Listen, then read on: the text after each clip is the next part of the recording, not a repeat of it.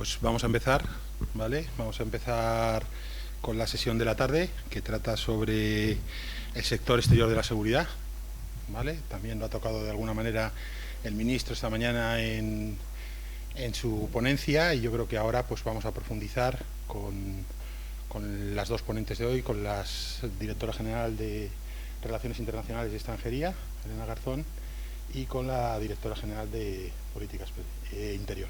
Claro, no política exterior, me ha confundido.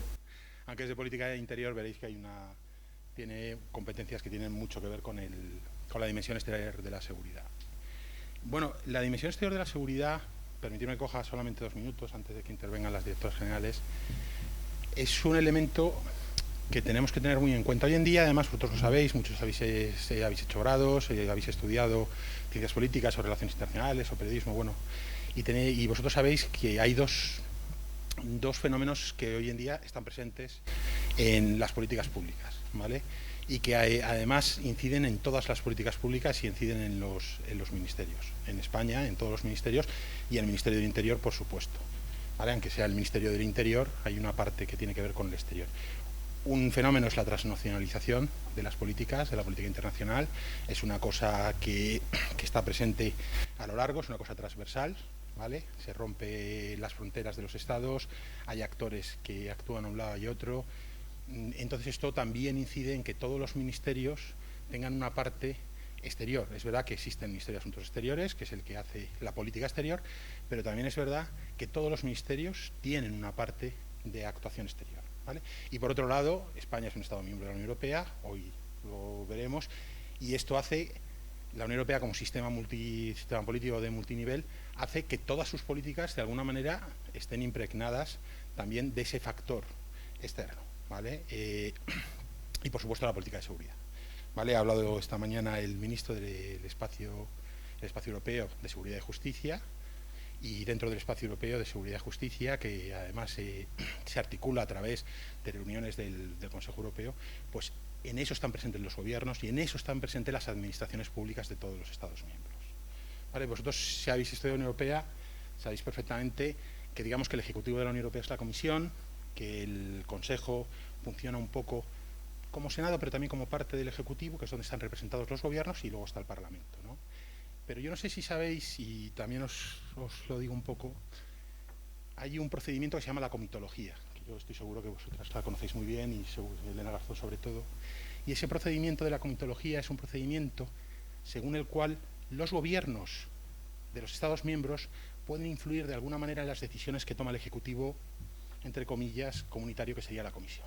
Es decir, la Comisión, en su función de gobierno del sistema político de la Unión Europea, de alguna manera también tiene que plantear, tiene que cuestionar, tiene que negociar las cuestiones que va a hacer la Unión Europea, incluso las supranacionales también las tiene que negociar con los Estados miembros a través de funcionarios, ¿vale? De funcionarios de las administraciones de los Estados miembros. De ahí la comitología, no la creación de comités, ¿vale? Entonces eso crea un sistema complejo, pero también crea un sistema de pesos y contrapesos muy grande dentro de la Unión Europea, que esto no tiene nada que ver no tiene que ver con el objeto, pero que dentro también de este sistema de la seguridad, y además este espacio europeo de seguridad y justicia es un espacio que se ha movido siempre en términos más intergubernamentales que supranacionales, pues es una negociación constante, ¿vale?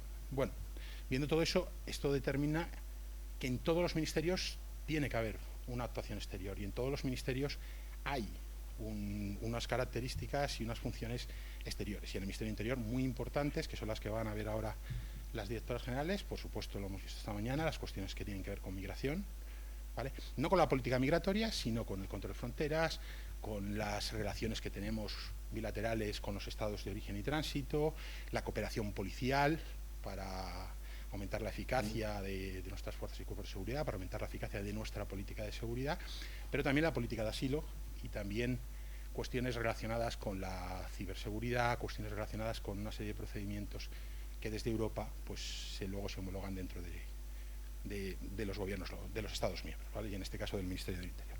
Bueno, sin entreteneros nada más, nos va a hablar primero Elena Garzón. Elena Garzón, ya os he dicho, que es la directora general de Relaciones Internacionales y Extranjería, que está debajo de la Secretaría de Estado de Seguridad, ¿vale? Es dependiente de la Secretaría de Estado de Seguridad.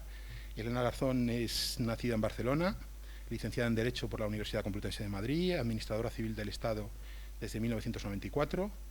Entre 2004 y 2011 fue vocal asesora de la Oficina Presupuestaria del Ministerio y posteriormente, ¿es del Ministerio? Sí. Y posteriormente jefe de la Unidad de Apoyo de la Dirección General de Relaciones Internacionales y Extranjería, la de GERRI, vamos. De hecho, la unidad que manda Elena Garzón en el Ministerio todo el mundo lo conoce como de GERRI, ¿vale? Que es Dirección General de Relaciones Internacionales y Extranjería. Consejera de Interior en representación permanente de España en los REPER, que es también otro elemento ligado al Consejo que tiene que ver con la defensa y el planteamiento de los intereses de los Estados miembros dentro de la Unión Europea. Entre 2011 y 2016 fue consejera de Interior en la representación permanente de España y actualmente es directora general de Relaciones Internacionales y Extranjería.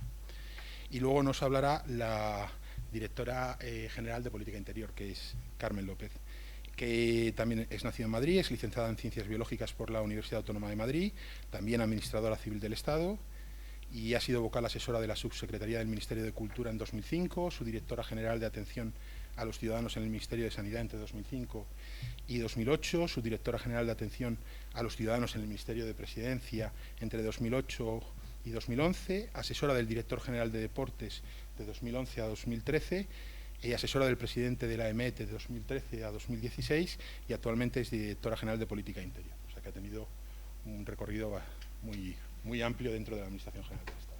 Bueno, yo sin más os dejo con Elena Garzón. Las dos van a tener presentaciones, o sea que lo podéis ver aquí, y los que estáis por allí lo podéis ver allí.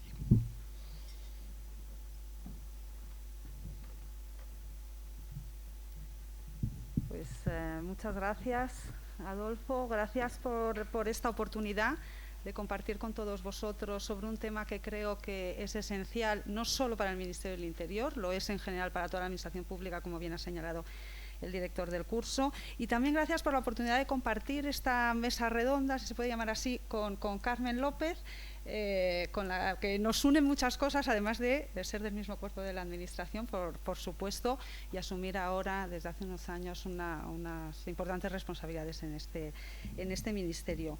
Es verdad, bueno, aquí siento mucho que yo voy a intentar ser lo más breve posible en lo que son los elementos que considero esenciales de lo que me corresponde transmitir, para luego dejar oportunidad a todos vosotros de que me preguntéis y ver hacia dónde queréis que nos podamos centrar.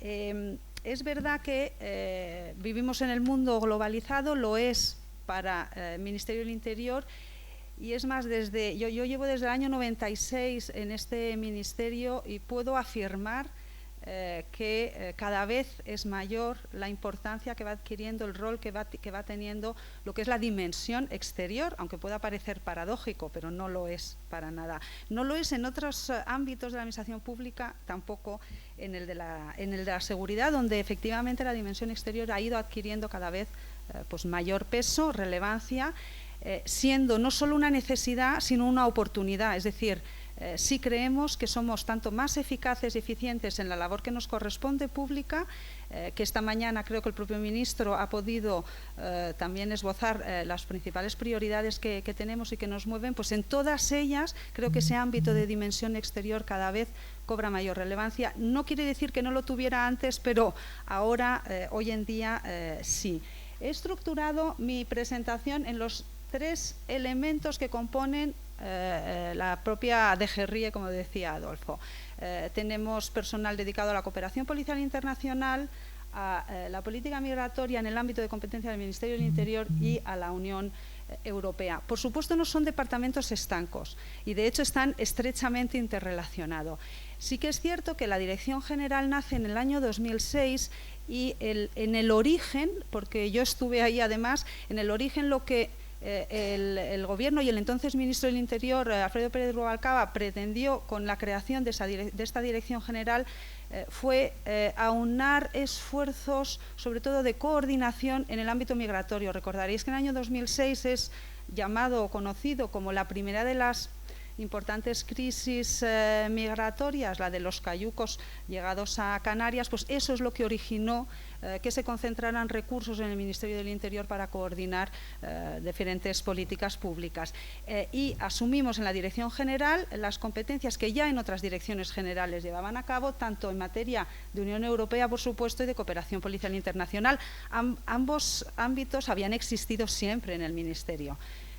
Pero también, y creo importante deciros que cada vez tienen un mayor peso, y lo tienen a nivel transversal, porque a ver, me corresponde hablar de ese, en ámbito general, dimensión exterior del Ministerio, pero luego son todas y cada una de las direcciones generales del Ministerio y centros directivos las que la ejecutan. No es exclusiva de la Dirección General, que muchas veces lo único que hace es impulsar, promover o coordinar. Luego son las direcciones generales competentes en cada una de las materias, y no solo en ámbito de Secretaría de Estado, también y por descontado en subsecretaría, las que todos de manera transversal, horizontal y ejecutiva la ponen en marcha. Los principios que nos mueven son los mismos que recoge la ley del 2014 de acción exterior del Estado. Principios de coordinación, de cooperación, de eficacia, de eficiencia, de lealtad, de confianza mutua. Todos ellos son los que mueven en términos generales esa dimensión exterior, que lo son también, obviamente, en la dimensión interior. No nos son ajenos. No es que la dimensión interior y la exterior no confluyan, que sí que lo hacen. Cooperación policial internacional. Nos movemos en un mundo en el que a las amenazas o riesgos más tradicionales, terrorismo, crimen organizado, tráfico de personas, se le unen o bien formas de ese terrorismo y de ese crimen organizado, la ciberdelincuencia, el ciberterrorismo, pero también otros tipos de amenazas. En ámbito terrorismo tendríamos la radicalización o la retirada de contenidos terroristas online. En el crimen organizado de igual forma, todo lo ciber, tenemos las amenazas híbridas, tenemos la protección de entidades críticas, que ahora se llaman, no solo infraestructuras críticas, y por descontado también todo lo que se mueve en torno al tráfico de personas. Quizá en el tráfico de personas es lo que menos ciber y menos cuestión diferente debemos abarcar. Contamos con diferentes instrumentos. Voy a intentar ir rápido porque es que si no... esta mañana ya decía, no porque haya estado yo aquí, pero sí que he podido leer alguno de los teletipos que ha ido circulando. El ministro hablaba de que hay cientos de miles de empleados públicos trabajando en la seguridad. Pues también parte de ellos están en el exterior. Lo son los consejeros y agregados de Interior, que no son específicos solo, aunque los he ubicado en cooperación policial internacional, son representantes de todo el Ministerio del Interior y por lo tanto de todas las demás unidades o centros directivos, y trabajan en todos los ámbitos. En la actualidad acreditados en 136 países, lo que no está mal, y a ello se suma un despliegue que luego iremos viendo más adelante, puntual en el contexto de proyectos concretos de actuación. Y nos movemos también gracias, o basamos esa cooperación, esa dimensión exterior, sobre la base de acuerdos, de negociaciones, tantos jurídicos como administrativos, que son las que nos dan el marco de actuación. En este caso, estos que quedan aquí recogidos son bilaterales, pero por descontado está, que luego me referiré a él, el ámbito transnacional de la Unión Europea, que tiene un acervo legislativo y no legislativo ya de importante volumen. Y luego están las conversaciones y los acuerdos no necesariamente formalizados, porque uno de los elementos clave en los que se basa esa dimensión exterior del ámbito de la seguridad es la confianza mutua y el respeto, y muchas veces son los encuentros políticos a nivel estratégico que impulsa el ministro y el secretario de Estado y la subsecretaria los que van dotando de forma a esa cooperación. ¿Quiénes son nuestros socios prioritarios? Pues aunque aquí vienen señalados en las transparencias algunos, en el fondo lo son todos y según las circunstancias y las necesidades. Obviamente en Europa, en el plano bilateral, con nuestros vecinos más cercanos, con Francia y Portugal, lo ha sido tradicionalmente. Quizá ahora, y sobre todo desde la adhesión de España a la Unión Europea, pues se ha desdibujado, porque todos los Estados miembros de la Unión Europea son igual de importantes, pero esto ha querido reflejar es que además de ese contexto de cooperación a nivel Unión Europea, tenemos también el bilateral tradicional de fuerzas y cuerpos de seguridad trabajando en uno y otro lado del territorio, de prevención o lucha contra incendios, como nos une también con Portugal, o de vigilancia marítima, como la última interconexión Cive-Civec con Portugal. Por supuesto, también en el Magreb, pues por excelencia, Marruecos y Argelia, sin despreciar al resto, por descontado, pero bueno, son nuestros vecinos más próximos, con los que más relaciones tenemos a nivel global, o sea, no solo Ministerio del Interior, pero es que incluso el Ministerio del Interior es con lo que nos unen o compartimos el mayor número o mayor importancia de los desafíos a los que hacemos frentes. No solo el migratorio, sé que buena parte de vosotros quizá tengáis solo en mente el migratorio, pero es que también está el crimen organizado, tráfico de drogas en particular, el terrorismo por descontado, moviéndonos en un ámbito de terrorismo internacional como el actual. El Sahel es clave en la actualidad para la seguridad. Lo veremos también en distintos proyectos que tenemos en marcha. Aquí están señalados dos de sus miembros, Níger y Mali, pero también con Chad, Burkina Faso, con Mauritania por descontado, e incluso con los países limítrofes. Es clave para la seguridad y estamos involucrados al máximo, ya que en esa dimensión exterior tampoco hay que pensar que están los otros y nosotros, y es que porque nuestra seguridad está estrechamente relacionada con la seguridad de nuestros vecinos, es la misma, con lo cual trabajamos fuera de nuestras fronteras, pero para nuestra seguridad también, obviamente. En el África Occidental, que es la fachada atlántica africana, sobre todo hemos desarrollado relaciones bilaterales, hemos potenciado y también a nivel regional y multilateral a raíz del año 2006 con la presión migratoria, ya que buena parte de los mismos son países si no de origen, de tránsito o ambos a la vez. Y por descontado también Iberoamérica. Aquí he querido reflejar solo porque es un programa estrella, el Pacto, que además combina y es un ejemplo de en lo que trabajamos actualmente. No solo trabajamos en lo bilateral, trabajamos en lo regional, además combinando recursos nacionales presupuestariamente dotados en nuestros presupuestos, pero sumando también recursos del presupuesto de la Unión Europea, y el pacto es buena prueba de ello.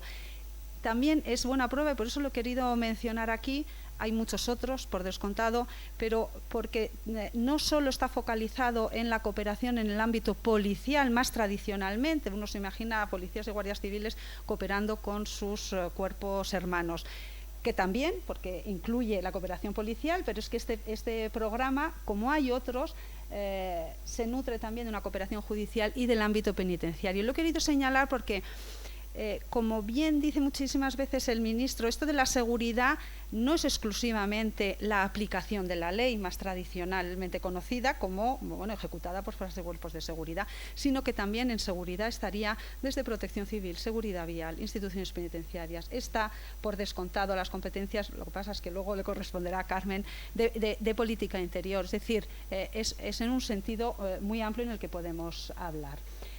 Y también en este ámbito de cooperación policial destacaros por la importancia, hay mucho más, pero por la importancia, la participación que tiene el Ministerio del Interior en misiones de paz y gestión de crisis. Por descontado, coordinado, como es habitual en toda esta materia de dimensión exterior, por el Ministerio de Asuntos Exteriores, y en este caso también en estrecho coordinación con el Ministerio de Defensa. Y veis ahora la situación actual, tenemos 38 efectivos de policía, guardia civil en 8 misiones. Las misiones son tanto de Naciones Unidas, de corte civil o militar, como de Unión Europea. Estas son en las que estamos actualmente. Las cifras van variando y tan solo deciros que supone un enorme esfuerzo para el Ministerio, no solo a efectos de recursos humanos, de los que uno puede pensar, y es cierto que somos seguramente de los que más recursos humanos tenemos el capítulo primero más dotado, pero con enormes responsabilidades y funciones a nivel interno, a nivel externo, y no nos sobra ni sobre todo personal tan capacitado como el que requieren estas misiones, unido al esfuerzo que nos supone presupuestariamente, que no es baladí porque generalmente son misiones, como se llaman, cost free, es decir, que la organización no las financia y es el Estado que lo aporta. Pero muy orgullosos de esa contribución, aunque sea bueno, con mucho esfuerzo, iba a decir limitada, pero tampoco lo es, o sea, que porque damos realmente todo lo que podemos. La segunda parte es en el ámbito migratorio. Hay una segunda subdirección en la Dirección General de Relaciones Internacionales, que es la que lleva extranjería o inmigración, y aquí deciros que obviamente, siendo el fenómeno migratorio global y estructural, las medidas y políticas a poner en práctica por todos los ministerios que tenemos competencias en la materia deben también ser, obviamente, globales, estructurales, permanentes a largo plazo, y en ello es en lo que venimos trabajando. En el ámbito del Ministerio del Interior, nuestras líneas de actuación prioritarias, que no exclusivas y únicas, pero sí que estamos muy focalizados en la prevención en origen, por la vía de la cooperación con países de origen y tránsito. De ahí la gran importancia de mencionaros esto justamente en este foro sobre dimensión exterior de la seguridad. Ello lo hacemos mediante refuerzo de capacidades, asistencias técnicas, proyectos conjuntos, bilaterales, regionales y formación policial también. Segundo gran eje ya operativo, 100% operativo, es el de la lucha contra las redes de tráfico de personas y el control policial que ejercen policías y guardias civiles. Tenemos puestos en marcha, dependiendo de cada país tercero, desde patrullas conjuntas, terrestres, aéreas y marítimas, equipos conjuntos de investigación, luego os daré algún ejemplo, o intercambios, lo he llamado redes de intercambio de información. No están protocolizadas porque tienen que estarlo y tienen que estar sometidas a los acuerdos que tengamos de cooperación en materia de seguridad, que son los que permiten además proteger los datos de carácter personal, pero muy útiles para desmantelar justamente redes, y es un ejemplo, creo, bastante claro y evidente de la importancia que tiene esa dimensión exterior, porque solos no haríamos nada. Si no trabajamos conjuntamente con los países de origen y tránsito, poca eficacia podremos aportar. Y en tercer lugar, el retorno tanto voluntario, pero a diferenciar aquí, el retorno voluntario en el que el Ministerio del Interior trabaja es el retorno voluntario desde países terceros de tránsito, porque el retorno voluntario normalmente es el Ministerio de Migraciones el que tiene fundamentalmente sobre todo los fondos y la competencia, y el retorno forzoso de aquellos que no tengan derecho a quedarse. Esos tres elementos, sin lugar a dudas, sin esa perspectiva exterior, sin la cooperación con los países de origen y tránsito, poco se podría haber realizado, y todo ello confluye en el objetivo básico, que es el evitar ese tráfico de personas, con lo cual el enfoque exterior en la política migratoria es más que evidente para la eficacia que se nos pide. Y aquí brevemente, a efectos de cifras, un poco para poner en evidencia que ya nuestra experiencia avala que por medio del refuerzo de esa dimensión exterior se puede ser eficaz, se pueden conseguir los objetivos. Recordemos que en el año 2018 fue el año del mayor número de llegadas a España, y lo fueron. La línea azul más clarita es la presión marítima, y es evidente que es la presión marítima la que en mayor medida viene fluctuando. Incluso si me hubiera ido más allá, antes de 2012, veríamos que la azul más oscura, que es la presión terrestre, las dos únicas fronteras terrestres de la Unión Europea con África, son las de Ceuta y Melilla, y eso es lo que refleja las entradas por Ceuta y Melilla. Se ha mantenido más o menos estable con sus picos, lo que no quiere decir, visto ahí abajo en la curva, no quiere decir que la presión no sea grande, porque basta recordar el tamaño que tienen las ciudades autónomas, las limitaciones geográficas, es decir, eso tampoco nos debe llevar a engaño, pero sí que es verdad que la que va fluctuando más, a veces a la baja y otras veces al alza, es la marítima, y en la que debemos concentrarnos. En 2018 fue el Mediterráneo occidental, en procedencia de Marruecos. Ahora la situación es un poco más compleja porque no solo tenemos una ruta. En 2006 fue la fachada atlántica africana hacia Canarias, 2018 Mediterráneo occidental en procedencia de Marruecos hacia las costas peninsulares. En 2020 lo que vimos es el efecto de la pandemia, primero, en un primer momento, muy pocos meses, con una contención importantísima, derivadas fundamentalmente de las restricciones mundiales a los movimientos, a la movilidad, también de las restricciones en fronteras, por supuesto, pero luego, a partir de finales de agosto, hemos visto cómo, y no solo a las costas españolas, pero también a las costas españolas, un incremento. 2020 cerró con 42.000 en total, pero si nos fijamos, realmente las terrestres fueron muy contenidas, y es que Ceuta y Melilla siguen teniendo los pasos fronterizos habilitados cerrados, tanto por parte de Marruecos como de España, lo que hace que también esté más contenido.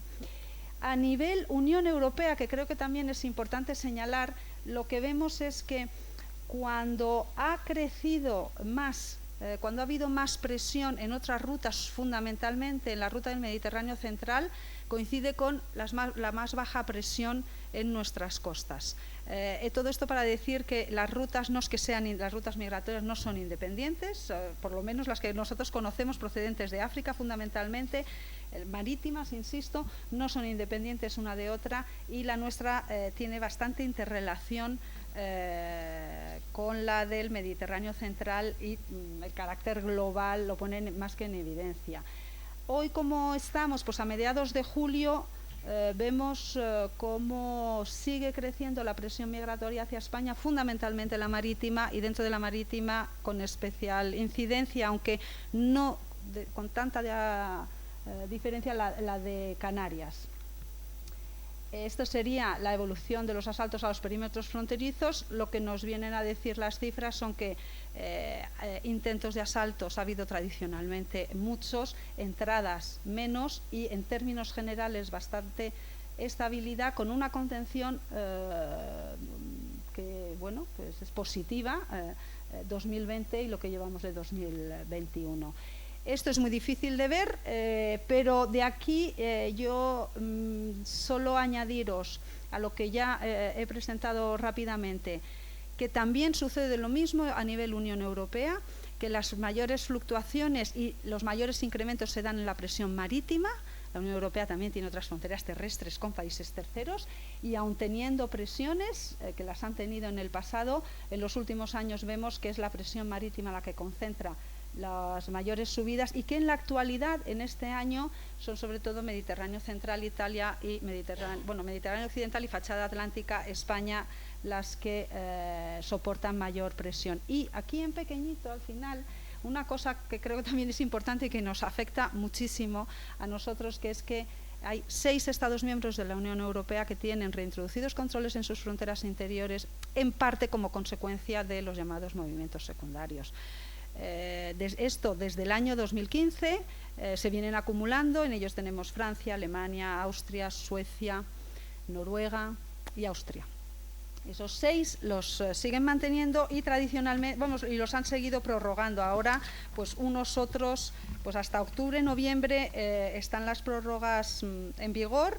Luego ya veremos la Comisión Europea qué propuesta de modificación del Código de Fronteras Schengen nos presenta, y a ver si nos vemos reflejados un poco en una limitación de esa situación. Rápidamente, por deciros, en esa dimensión exterior no solo estaba, os decía antes, consejeros y agregados fuera, tenemos un despliegue de personal, en este caso de fuerzas y cuerpos de seguridad, policía y guardia civil en el exterior, en particular en África, derivados de la presión migratoria, por eso lo he incluido aquí, importantísimo, desde equipos conjuntos de investigación, oficiales de enlace en aeropuertos, en fronteras terrestres, en tierra, en mar, que la verdad con medios propios, medios del Ministerio, de embarcaciones, vehículos, aviones y helicópteros, que hacen que, bueno, al menos cuando los hemos puestos en marcha, resultados hemos obtenido. El proyecto Garsi Sahel también es un proyecto de éxito que combina una actuación multilateral de Unión Europea, porque está financiado por la Unión Europea. En ella participamos, lo dirige España a través de la Guardia Civil, pero están también las gendarmerías de Francia, Portugal, Italia.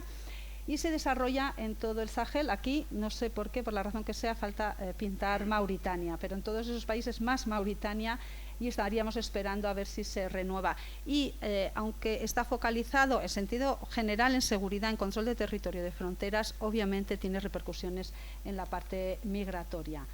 En esa dimensión exterior que hemos mencionado, las cuestiones operativas, las cuestiones políticas, también están las cuestiones financieras, y también apoyamos a nuestros socios, países de origen y tránsito, en la medida en que nuestro presupuesto así lo permite, y en las necesidades que vamos viendo y consensuando con ellos, siempre sobre la base del principio de apropiación. Es decir, deben ser los países terceros los que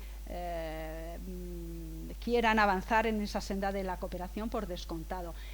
Esa financiación nacional se suma la financiación de la Unión Europea. Aquí, simplemente porque veáis, hay muchísimos más, pero estos serían ejemplos de proyectos financiados por el Fondo Financiero de Emergencia para África, en los que España ha liderado los diferentes proyectos y cuyos resultados, bueno, pues, prácticos son eficaces.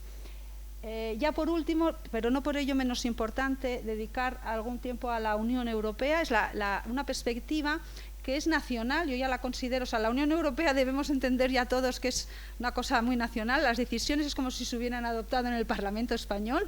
De hecho, cada vez más en muchos ámbitos las decisiones son reglamentos directamente aplicables a los Estados miembros y no directivas, no necesitan transposición, cosa que, abro un paréntesis, cosa que los que nos dedicamos a esto agradecemos, porque la labor de transponer un texto colegislado, se ha decidido entre Consejo y Parlamento Europeo, en el que no necesariamente todos sus contenidos pues son los que uno ha defendido, pero en nuestro ámbito, que sepáis, del espacio de libertad, seguridad, justicia, la regla es la adopción por mayoría cualificada, con lo cual nos encontramos en ocasiones con decisiones que, bueno, que no han contado ni tan siquiera con nuestro apoyo, pero por descontado que tenemos que aplicar y ejecutar. Rápidamente lo mencionaba Adolfo, es el espacio de libertad, seguridad, justicia, el título quinto, eso lo conoceréis, del Tratado de Funcionamiento de la Unión Europea, en el que nos movemos fundamentalmente, aunque luego hay una pequeña parte en la que mucha gente no tiene muy en mente, que es política exterior y de seguridad. Ahí también hay un input del Ministerio del Interior. Lógicamente, el mayor de los inputs viene de exteriores y defensa, pero también estamos, y esto es lo que guarda relación con las operaciones de mantenimiento de paz que antes decía. De aquí destacar realmente el título. El ámbito JAI, Justicia y Asuntos de Interior, ha ido cobrando cada vez mayor relevancia.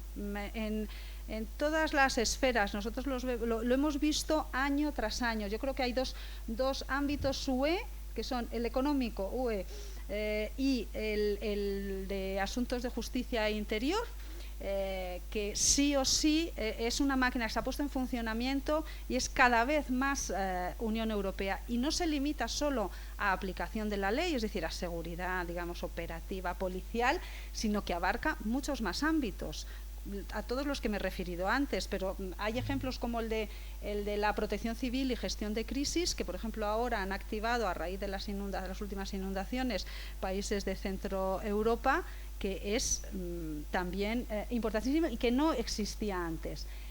Creo que no tengo mucho tiempo de deciros.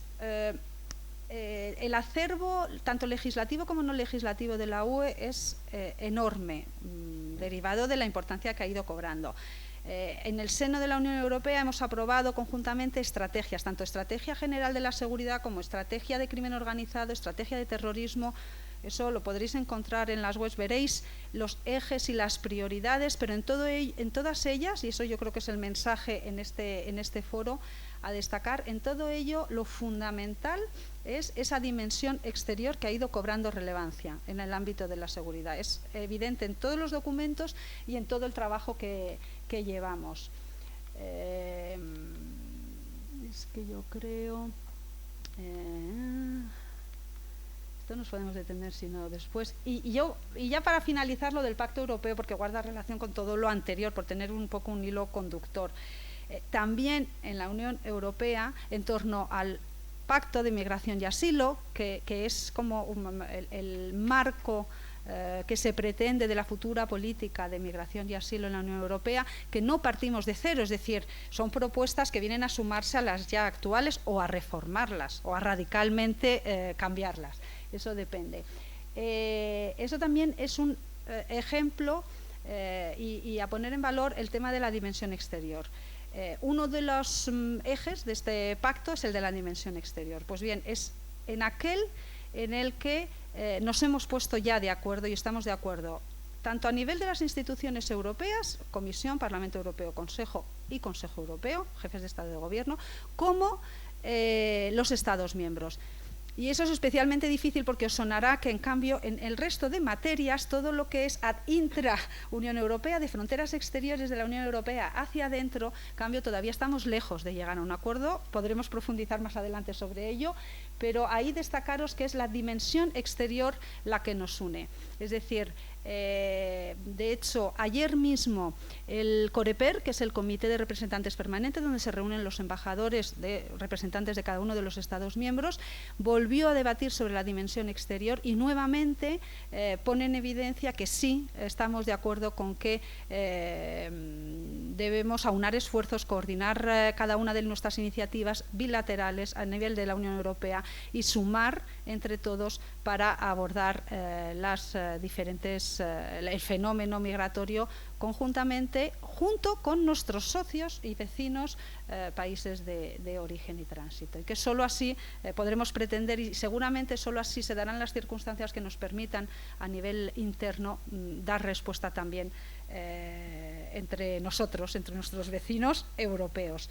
Entonces, aquí realmente destacar dimensión exterior. También el pasado Consejo Europeo, donde se reúnen jefes de Estado y de Gobierno, de 24 y 25 de junio, debatió sobre la importancia de la dimensión exterior y yo creo que por lo menos debemos estar satisfechos con que en esa parte tan esencial, y lo es para España, sí que hay un acuerdo. En el resto, pues hay bloques de países, aunque no son herméticos realmente.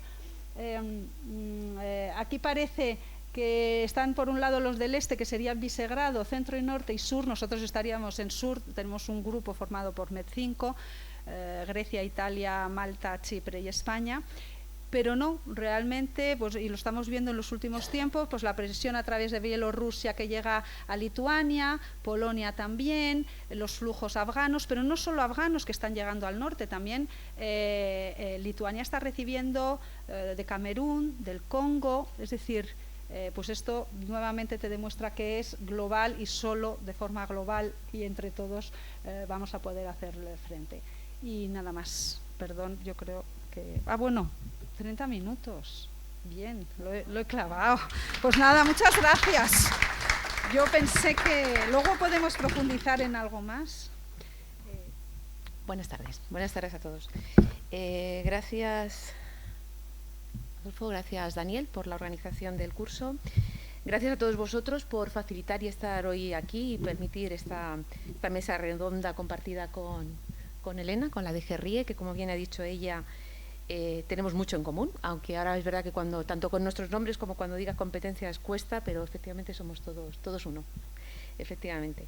En ese sentido, voy a seguir detrás de las palabras de Elena. Me va a corresponder seguir y con el hilo de lo marcado por el ministro esta misma mañana, en la que él hacía una clara referencia a que dentro del objetivo de nuestro ministerio está hacer efectivos en su más amplia plenitud los derechos, libertades y valores programados de la Constitución española. Y en nuestro caso, a la DGPI, nos corresponde, conforme al artículo 10 del Real Decreto de Estructura, exactamente desempeñar las competencias que tiene atribuidas el Ministerio sobre los procesos electorales y consultas populares y el régimen jurídico de los partidos políticos, así como la instrucción y tramitación de todos los procedimientos de protección internacional, de refugiados, régimen de apátridas y atención a desplazados.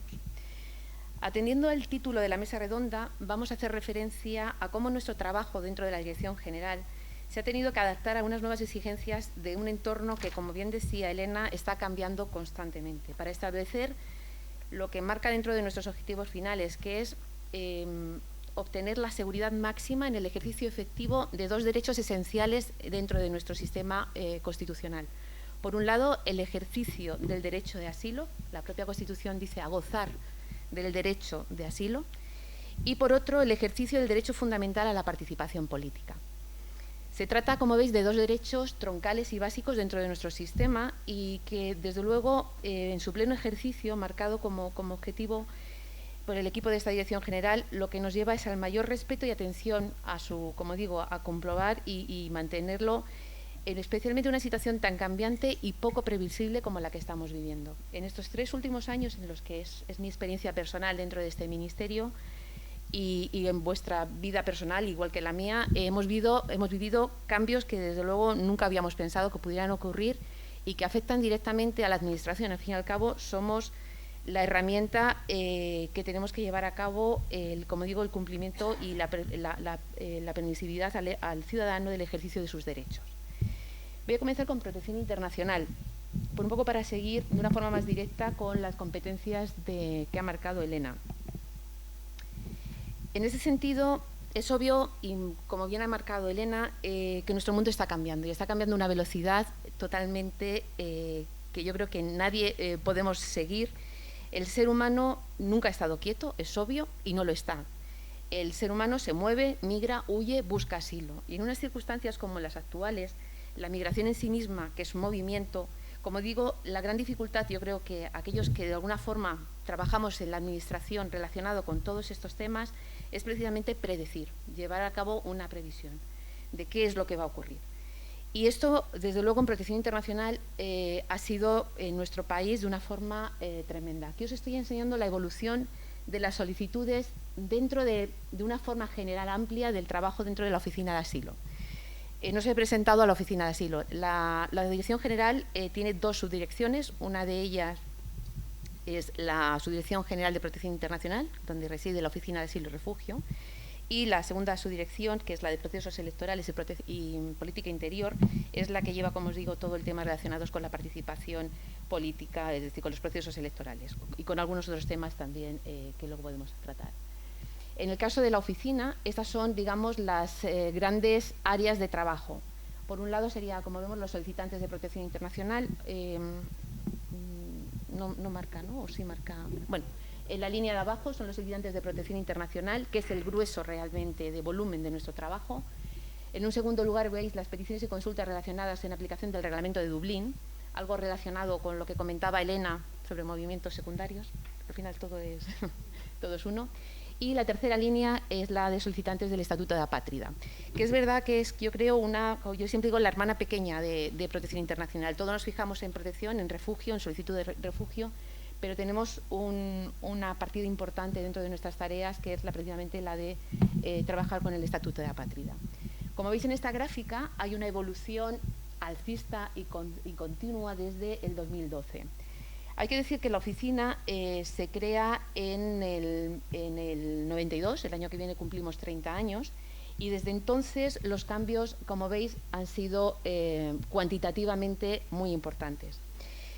Es importante, de todos modos, antes de empezar a explicaros los cambios, a remarcar que efectivamente he mencionado a la Constitución como el origen dentro de nuestro país del derecho de asilo, pero está anclado mucho más arriba. El artículo 14 de la Declaración Universal de los Derechos Humanos lo desarrolla y luego posteriormente, como digo, está desarrollado a nivel internacional en la Convención de Ginebra sobre el Estatuto de Refugiados de 1951. Es a raíz de aquí donde nuestra propia normativa y, por supuesto, con el acervo europeo, nos da toda la maquinaria normativa para llevar a cabo el desarrollo de este derecho. Comentaba el tema de la transformación y yo creo que es importante, aparte de ver nuestros datos domésticos, que evidentemente es a lo que nos dedicamos de forma directa, remarcar un poco lo que estábamos hablando en un mundo en el que vivimos ahora mismo, lo que ha supuesto en el año 2020. ACNUR, en su último informe, presentado en el 2020, nos informa que 82,4 millones de personas se han visto obligadas a huir de sus hogares. Esto quiere decir que una de cada 95 personas de las que vivimos ahora mismo hemos tenido que, de forma obligada, a huir de nuestros hogares. Obviamente las causas y los motivos de ellos son dispares, pero está claro que junto a las tradicionales, visto desde el punto de vista de protección internacional, tenemos que ver otras provocadas por el propio cambio climático, como decía esta mañana el ministro, o, como desgraciadamente hemos visto, por los efectos y causas que nos marcan las propias pandemias, como hemos sufrido, como digo, recientemente todos por el COVID. Ante esta circunstancia, ya centrándonos más en nuestro ámbito doméstico, como os decía, recuerdo que en el 1992 se crea la oficina, el 30 aniversario, vuelvo a repetir, es el año que viene, y lo hago hincapié porque la verdad es que en todos los sitios, en todos los foros donde vamos, lo vamos metiendo para que sepamos que el año que viene es nuestro aniversario. Y, como decía, la subdirección ha experimentado cambios notables. Hemos marcado aquí desde el 2012, porque son los datos más relevantes, pero desde el 92 la oficina se ha visto sometida a cambios normativos, 2 leyes, la del 95, posterior la del 2009, que está ahora mismo vigente, el establecimiento de programas nacionales de reasentamiento, la construcción y desarrollo del Sistema Europeo Común, la implementación del sistema de Dublín. Ahora mismo, bueno, pues estamos viendo la posibilidad de un nuevo pacto para migración y asilo, y todo ello obviamente afecta al trabajo y al desarrollo dentro de la propia oficina. ¿Cuáles son los cambios principales? Nosotros trabajamos mucho con datos, porque al final de forma objetiva nos hacen ver cuál es nuestra realidad, nuestro diagnóstico, y ver efectivamente cuáles son las líneas, las estrategias de trabajo que tenemos que llevar a cabo. Y en estos datos, como veis, en los últimos, desde el 2012, se ve una evolución, como decía antes, totalmente continuista de incremento. Vamos a fijarnos principalmente en la barra más oscura, que es la de solicitantes de protección internacional. Hay 2 hitos fundamentales. Uno de ellos es el 2015, aunque ya en el 2013, como veis, se ve un ligero incremento, se multiplica casi por 2, pero en el 2015, a raíz de lo que conocemos todos como la crisis de refugiados, España tuvo un incremento notable de las solicitudes de asilo. Pero es, sin embargo, como veis, a partir del 18 y el 19 ya, donde marca el hito, el récord, cuando existe un incremento masivo. En el 2019 se llega a tener 118.446 solicitudes de protección internacional, que prácticamente, como veis, duplican a la anterior y llegan, como decimos, al ritmo máximo. Si multiplicamos por 46 lo que tuvimos en el 2019, o mejor dicho, si dividimos por 46 lo que tuvimos en el 2019, serían las entradas en 2012. Esto, lógicamente, como comprenderéis, a nivel cuantitativo es una presión importante, y la oficina tiene que llevar a cabo un ritmo de trabajo que os explicaré más adelante con la transformación que ha supuesto también. En 2020, curiosamente, esta tendencia que, cuando os decía lo poco predecible que son nuestros cambios, cuando nosotros estábamos trabajando en el 18 y en el 19, hacíamos una curva totalmente tendente, no sabíamos dónde íbamos a acabar, tirábamos hacia arriba, pero sin embargo llega el COVID y, bueno, pues las fronteras se cierran y cambia completamente, numéricamente, y luego ya veremos cómo también el perfil de nuestros solicitantes. Y, bueno, tenemos un descenso. Aún así, tenemos más de 88.762 solicitudes, que nos colocan como el tercer país dentro de Europa, detrás de Alemania, que tiene 105.000, un poquito más de 105.000, y Francia con más de 89.000. Ahí estamos nosotros, incluso, como digo, con fronteras cerradas. Pero es verdad que nos supone un descenso de un 25% respecto al récord de 2019. ¿Cómo vamos en el 2021? Pues los 6 primeros meses van, digamos, por debajo de la media de los meses anteriores, con una media de unos 4.400 aproximadamente mensuales, y nos colocan a 30 de junio con un total, siempre de datos provisionales, un total de 26.851 solicitudes. Os decía que esos son los datos cuantitativos, pero el perfil de los solicitantes también ha cambiado. Paralelamente a ello, y obviamente y muy en línea con todo lo que estaba comentando Elena antes, con los flujos migratorios, cambia y se percibe el perfil de los solicitantes. En 2010, así como al inicio, incluso, bueno, cuando comienza la oficina, hasta el 2012, los solicitantes son personas procedentes de países africanos.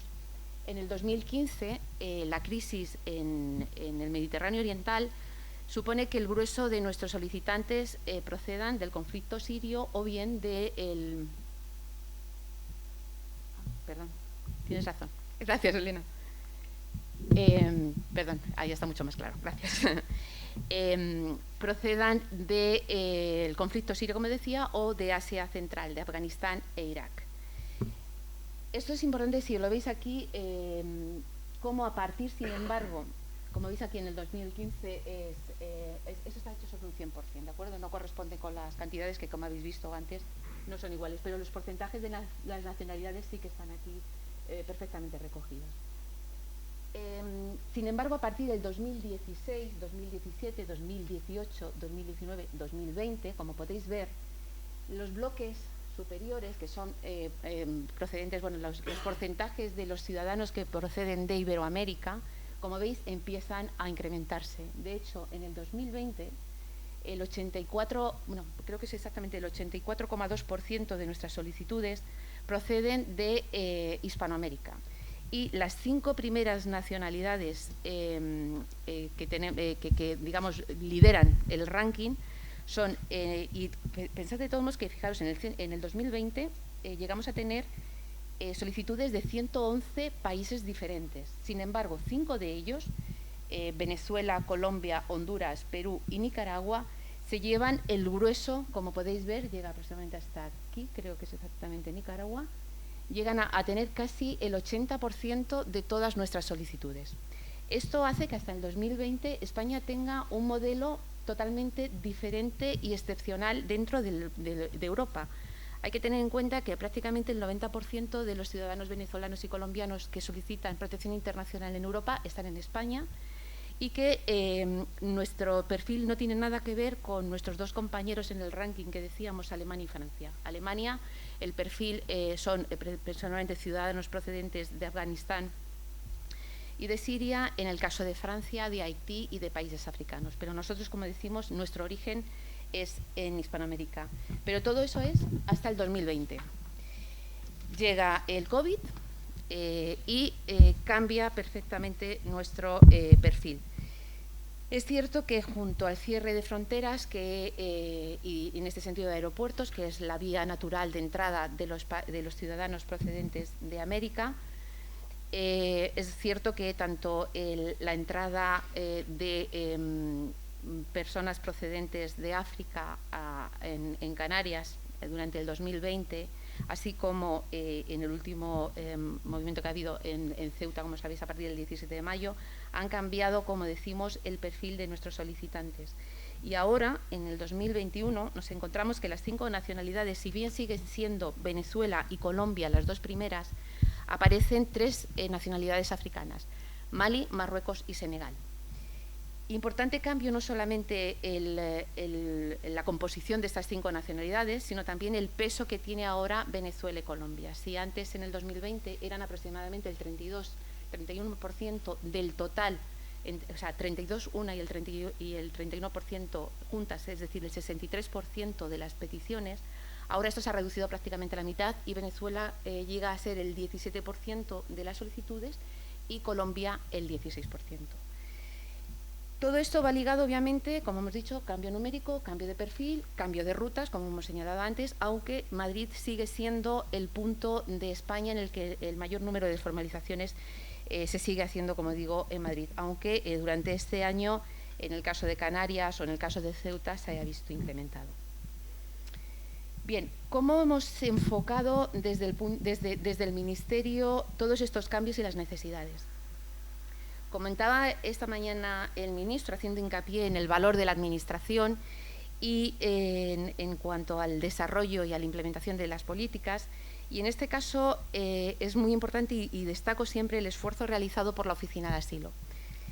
2018, que fue, en mi caso, fue cuando me incorporé al equipo y me incorporé al Ministerio, hicimos un análisis y un diagnóstico de la situación que, como veíais numéricamente, era destacada y tenía grandes deficiencias desde el punto de vista operativo la propia oficina. Se crea en el año 92 con una RPT, la RPT es la relación de puestos de trabajo en la Administración, de 60 puestos de funcionarios y 7 laborales, y prácticamente se había mantenido igual, incluso ya habéis visto el incremento de solicitudes.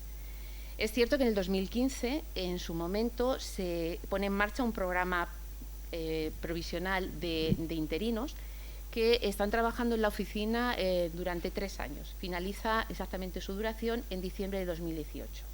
De forma que en el 2018 nos encontramos con una oficina saturada totalmente, como veis, con solicitudes. Y como os decía, nosotros cuando hacíamos la curva, si no llegase por el COVID, no sé dónde hubiéramos llegado, esa es la realidad, no sabíamos dónde estaba nuestro límite. Y lo que hicimos fue, como os digo, un diagnóstico, un estudio con nuestros técnicos y con el personal de la oficina y pusimos en marcha un paquete importante de medidas. Y siempre decíamos lo mismo, y esto lo hablábamos en el 2018 sin saber que íbamos a estar aquí hablando en el 2021 de este proyecto, que medidas que iban a ser a medio y largo plazo.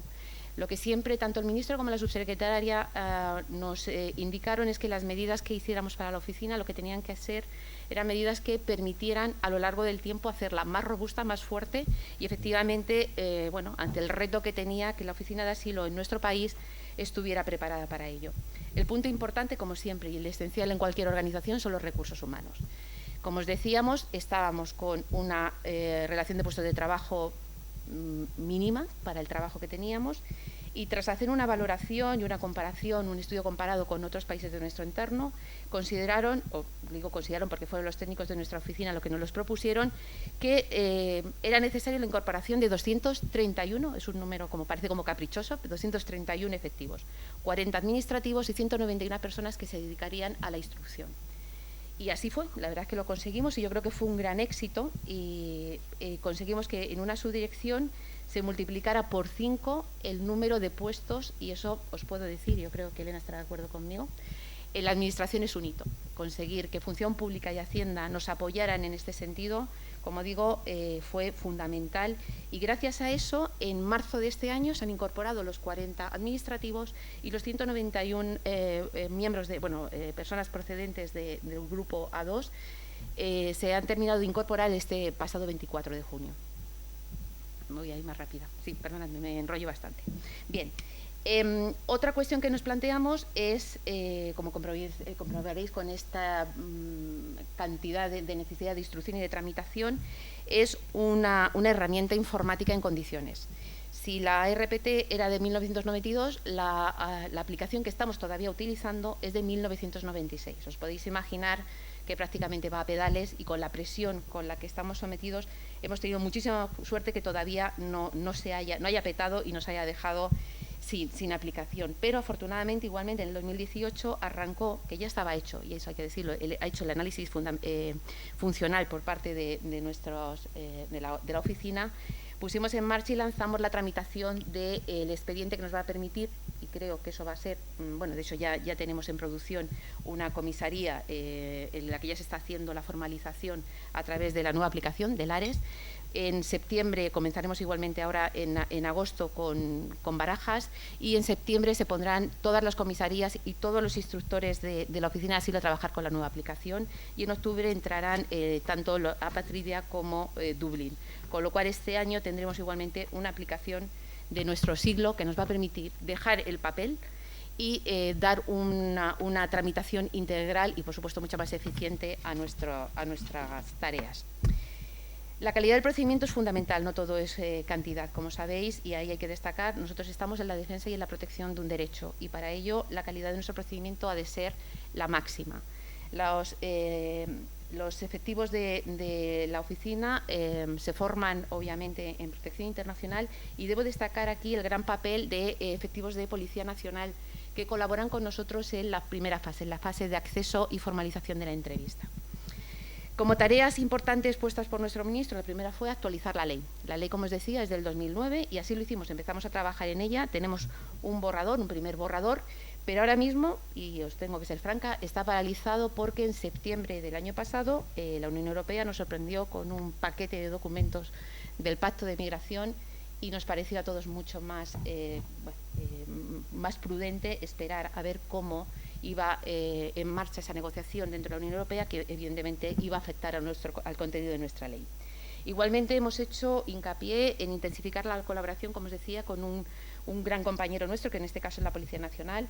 Hemos actualizado la instrucción conjunta que era del 2010 de la Subsecretaría y la Secretaría de Estado, en el que se dan unas instrucciones claras a los policías que llevan a cabo la formalización de nuestras solicitudes, y se ha puesto en marcha un grupo de trabajo común.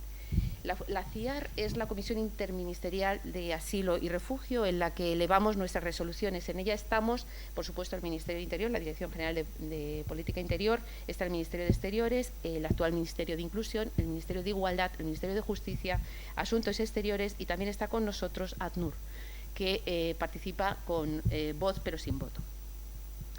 Hemos cambiado también el procedimiento de frontera a través de un sistema de guardias que era muy importante, principalmente en el aeropuerto de Barajas. Para que veáis la necesidad de actualizar ese sistema, os diremos que la orden que sustituimos estaba en pesetas, con lo cual era necesario hacer el cambio de ese sistema de guardias. Un punto muy importante y prácticamente, bueno, voy a ser más rápida, la verdad es que me estoy enrollando y me queda todavía la otra parte, pero voy a ser muy rápida. Pongo muy en valor la cooperación, y eso sí que hemos hecho un gran esfuerzo en tener un flujo de información constante y muy abierto con todos aquellos que participan con nosotros. Entonces, he nombrado una lista de ministerios que trabajan muy directamente con nosotros, por supuesto ACNUR, que es nuestro compañero de baile, como decimos normalmente nosotros, pero tenemos reuniones periódicas con el Defensor del Pueblo, con la Audiencia Nacional, con OIM, con las principales organizaciones, las ONGs, ACCEM, CEAR, Cruz Roja, Amnistía Internacional o Save the Children. Bien, un punto también importante, y ahí sí que os hago hincapié, es en la transparencia y visibilidad. Para nosotros es fundamental tener un buen cuerpo de datos y de información estadística. Sin esos no hubiéramos podido hacer el diagnóstico, ni podríamos tampoco hacer un seguimiento y una previsión de nuestro trabajo. Lo primero que hicimos fue dar una mayor presencia a la oficina. La oficina estaba escondida en la pestaña, dentro de nuestro ministerio, en la pestaña de Ciudadano, de Servicios al Ciudadano, dentro de Extranjería. Y hay algo importante, y está claro, protección internacional no es extranjería, igual que tampoco está dentro directamente o ser considerado dentro de la política migratoria. Es decir, si tú eres un ciudadano, como me pasó a mí cuando la subsecretaria me llamó para proponerme ocupar este puesto, yo lo primero que hice, que es lo que suelo hacer siempre, es irme directamente a la página web a buscar. Pues no lo encontré. Fui incapaz de encontrar el espacio de la Oficina de Asilo y Refugio en nuestra web. Hemos conseguido, como digo, situarla en la home. Estamos trabajando en un nuevo espacio, pero el valor principal que tenemos ahora mismo en el espacio es precisamente el dedicado a números, datos y información estadística, con una consistencia y una seguridad que desde luego le hemos puesto como uno de nuestros primeros objetivos. Resultados, y me voy y ya directamente a la otra, y disculpadme porque es verdad que estoy siendo muy... Bien, estos son los resultados. Y aquí sí que hago hincapié de nuevo en el trabajo y en el gran esfuerzo que se ha hecho desde la oficina. La banda amarilla son las solicitudes, la columna más clara, amarilla he dicho, perdón, más oscura son solicitudes, la más clara es las resoluciones, las propuestas elevadas a la CIAR, y como veis se van incrementando efectivamente la incorporación del personal interino, que es una labor estupenda durante estos 3 años, permitió de 3.000, bueno, casi 4.000, llegar a 13.000 en 2018, pero sin embargo vemos como el esfuerzo que se ha hecho en la oficina desde el 2018 hasta ahora ha permitido multiplicar por 5 en 2019 las resoluciones y multiplicar nuevamente casi por 2 en el 2020. Y el 2020 nos supone, con ese descenso que hemos comentado antes en las entradas y este gran incremento por parte de resolución, la primera vez que la oficina resuelve más expedientes que las solicitudes que llegan. ¿Cómo vamos en el 2021? Pues ahora mismo estamos con una media aproximada de 7.000 expedientes al mes y hemos conseguido resolver a 30 de junio 43.516 expedientes. Importante también es señalar que durante estos últimos años hemos conseguido incrementar la protección cada año. Entre el 2019 y el 2020 hemos concedido 6.018 estatutos de refugiado, que supone aproximadamente el 70% de todos los dados por España desde el 2012 al 2020. Y hay un apartado importante que es el incremento de protección a través de una alternativa que permite nuestra ley, que es la razones humanitarias, dar residencia a través de razones humanitarias. Y ahí ha habido un incremento notable y, de hecho, en el 2020 logramos un 36,25% de protección a través de razones humanitarias, que es importante. En el 2021 la tasa de protección sumada, lo que es la tasa de reconocimiento, de protección, perdón, es aproximadamente un 8%, hemos subido ya respecto a la del año pasado. Sin embargo, ha descendido el número de razones humanitarias debido igualmente al menor número de ciudadanos venezolanos que han solicitado protección en nuestro país. El efecto aquí, como veis, está claro. El final es reducir el stock. España tenía una mochila más que notable de expedientes sin resolver, y hemos conseguido, como decíamos el año pasado, pegar por primera vez este cambio. Supuso un 29% menos, afortunadamente, y hemos llegado a situarnos en 78.400 expedientes en la fecha actual, pero tenemos que recordar que a finales del año pasado estábamos hablando de casi 100.000. Bueno, resumen, mucho por hacer todavía, mucho por hacer. Conseguir que la oficina de asilo sea una oficina robusta y sobre todo flexible, adaptable a las necesidades de nuestro país, de nuestra realidad, es el objetivo principal.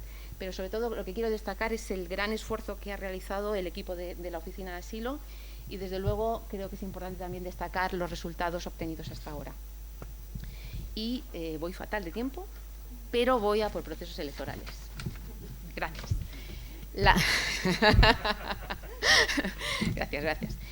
La segunda, bueno, realmente no es la segunda, porque si os vais a estructura, la primera subdirección que aparece en la dirección general es precisamente la de procesos electorales y política interior. Como os decíamos, es la responsable de que en nuestro país las elecciones, dentro siempre del ámbito del Estado, gracias, Elena, se realicen de una forma segura y bueno, a la que estamos acostumbrados en nuestro país, que no haya ningún tipo de incidencia cuando ese domingo o a veces en día laborable los españoles van a votar. El proceso electoral en España es un proceso manual. Comienza cuando todos vamos a la mesa y ponemos, o damos al presidente, ahora con el COVID, metemos directamente el voto en nuestra urna. Y es, como siempre, como os digo, es algo manual, es físico, es tangible y es inalterable durante los más de 40 años que tenemos de vida democrática. Pero es cierto, y continúa siendo de forma manual, como todos sabéis, que en el propio colegio el responsable de la administración, con los miembros de la mesa y, por supuesto, los representantes de partidos y aquellos ciudadanos que quieran acercarse, ven cómo se hace ese recuento igualmente manual de las papeletas que hemos introducido nosotros directamente a la urna o han llegado a través de correos, porque son las que se incluirán igualmente para contabilizarlas de forma manual y, repito, de forma manual en el propio colegio. A ver, en nuestro país estamos acostumbrados que llegan las 9 y nos ponemos delante de la televisión o de cualquier medio de comunicación o de redes y tenemos al minuto y prácticamente con un porcentaje muy elevado de cercanía a los datos definitivos unos resultados provisionales, y a eso estamos todos acostumbrados. Y yo creo que nos costaría mucho y que el día de la noche de las elecciones no lo tuviéramos. Y es también cierto que en nuestro país ha habido una evolución y todo esto que he comentado, que es manual, y así lo es, sin embargo, lleva una segunda fase en la que hacemos el recuento o luego lo que es realmente la misión de nuestra subdirección, que es facilitar la difusión del escrutinio provisional que, como digo, llega de las mesas directamente. Es cierto que para esto utilizamos tecnología y utilizamos, obviamente, herramientas informáticas. Y todos somos conscientes, porque lo tenemos en noticias, que todos los países que hace poco han hecho unas elecciones, o lo que ocurrió en Estados Unidos en el 16, en Holanda en el 17, o los temores que tiene ahora mismo Alemania y Francia, que van a tener próximamente unas elecciones, todos tenemos pavor, y esa es la verdad, cuando estás ya cerca de unas elecciones, a que bien haya cierta injerencia que perturbe o bien impida la realización, bien directamente con ciberataques o condicionado incluso el sentido del voto de los electores mediante una propagación de noticias falsas o de una información obtenida de forma fraudulenta. Nuestro país no es ajeno a estas injerencias, obviamente a estas amenazas, mejor dicho, y ya en 2015 y en 2016 el CCN, el Centro Criptológico Nacional, emitió informes en este sentido, en el que detectaban vulnerabilidades en nuestro sistema. Este proceso es muy complejo y aquí sí que tengo que hacer hincapié en que es fundamental, y el 2019, que yo creo que es el año electoral ya por decreto, fue muy importante y fue un gran hito, porque fue la primera vez que de una forma ordenada y sistemática se toman una serie de medidas dentro del Ministerio de Interior, pero como veréis implicará a todos los actores que están dentro de un proceso electoral, en el ámbito de la ciberseguridad y de los procesos electorales. Son varias las medidas, como digo, que se tomaron. La primera de ellas es relacionada con el contrato que nos permite esta difusión de datos provisionales. El Ministerio, en un periodo muy corto, ya sabéis que desde que el presidente decide que hay una convocatoria, tenemos 54 días para hacer todo, es decir,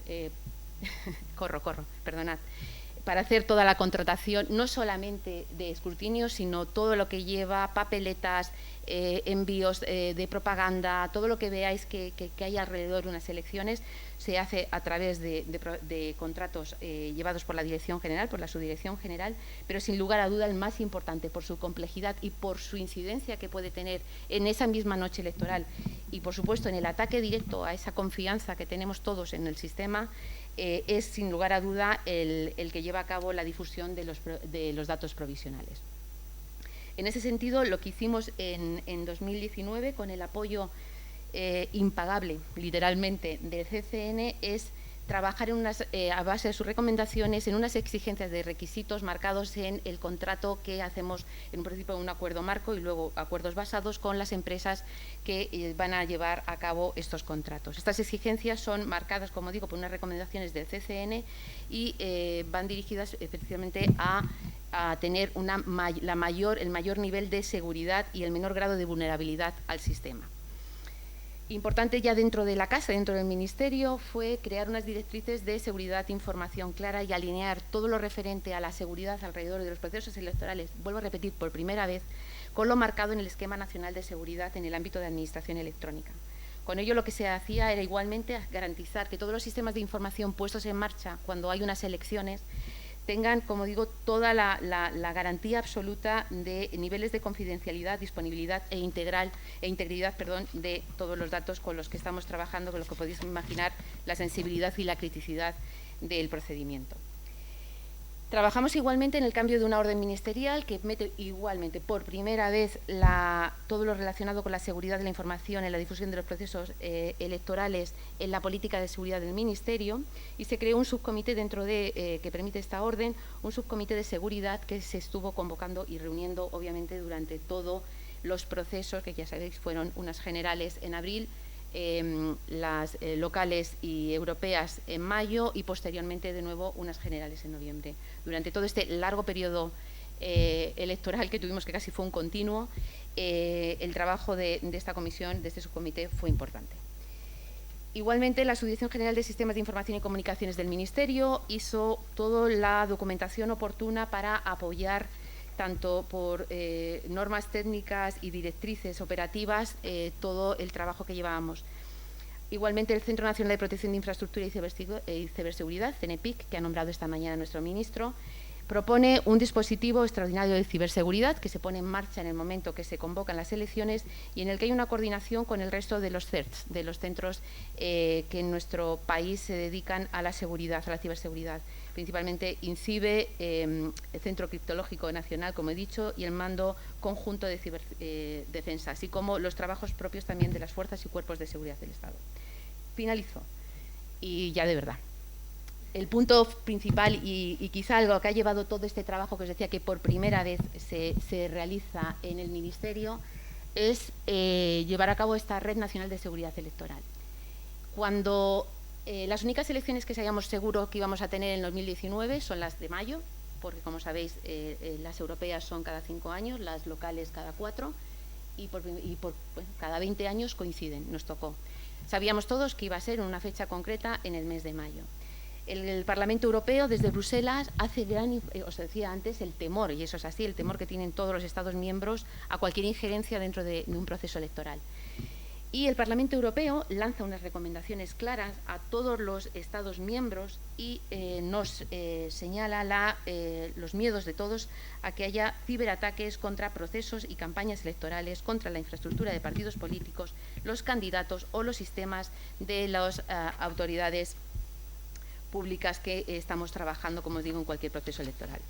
De esta forma, cogemos el guante porque la Comisión Europea manda una recomendación en la que establece la oportunidad de que todos los Estados miembros creen una red nacional de seguridad electoral en la que todos los actores que pertenecen o participan de forma clara en un proceso electoral estén trabajando de forma conjunta. Como digo, cogimos el guante porque estábamos obligados, como bien decía Elena, cuando la Unión Europea dice cumplimos, pero nos pareció una idea excelente. Y de hecho, lo que hicimos fue crear esta red, pero no para solamente los procesos electorales europeos, sino para todos los procesos todos los procesos electorales que se lleven en nuestro país. Y comenzamos haciéndolo ya, como digo, en las primeras generales de abril. El Ministerio del Interior, por sus competencias establecidas, es quien coordina y digamos, crea esta red y la convoca, pero son grandes, como veis, 4 grandes bloques. Y aquí cada uno tiene unas competencias marcadas y totalmente respetadas por el resto de actores. Pero la clave de esta red es precisamente que estemos todos y lo logramos estar sentados en la misma mesa y unidos todos ante un objetivo común durante, como digo, ese largo y continuo proceso electoral que tuvimos en 2019. El primer bloque, que hemos llamado proceso electoral, es, si queréis, el core, la parte tradicional de cualquier proceso. Es lo que siempre se ha llevado desde la Dirección General de Protección Internacional, de Política Interior, es pues desde que haya en todos los colegios urnas, que estén las papeletas, que, como digo, nos lleguen a casa las tarjetas del INE, porque el INE es el otro agente, digamos, tradicional en unos procesos electorales, como siempre hemos vivido. ¿Cuál es nuestra misión? Aparte, bueno, por supuesto, la garantía y transparencia y objetividad e igualdad del proceso, como siempre se ha llevado y como nos exige además la LOREC. Eso es así.